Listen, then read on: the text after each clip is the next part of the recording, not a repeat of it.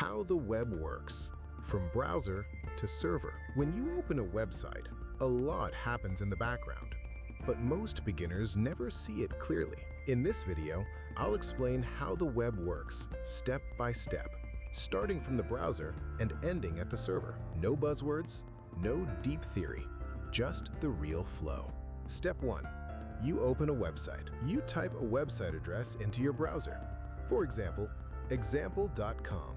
When you press enter, the browser starts the process of loading the website. The browser does not know the content yet. It needs to ask for it. Step 2. The browser sends a request to the server. This request usually uses HTTP or HTTPS. The request says something like, "I want this page," or "I want this data." At this point, nothing is displayed yet. Step 3. The request reaches the server. The server is a computer running somewhere on the internet. It listens for requests all the time. When the server receives the request, it decides what to do: return a web page, return data, or reject the request. This depends on the application logic. Step 4. The server processes the request. Inside the server, several things can happen. The server might check authentication, run business logic, talk to a database, prepare a response. If data is needed, the server queries the database and gets the result. Step 5. The server sends a response back to the browser. The response can contain HTML, JSON data, images, or error messages. This response travels back over the internet to the browser. Step 6. The browser renders the page. The browser receives the response. If it's HTML,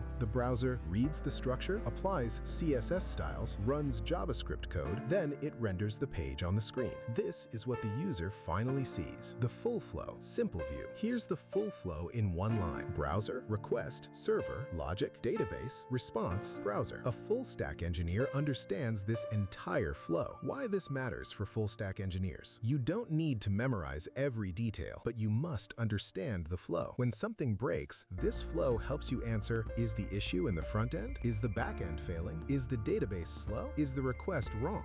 This understanding is what separates guessing from debugging. Final thoughts. The web is not magic. It's a clear system of requests and responses. Once you understand this flow, everything else becomes easier. APIs, authentication, performance, debugging. In the next video, I'll explain HTTP and APIs and how front-end and back-end actually communicate. Subscribe if you want simple, practical, full-stack explanations.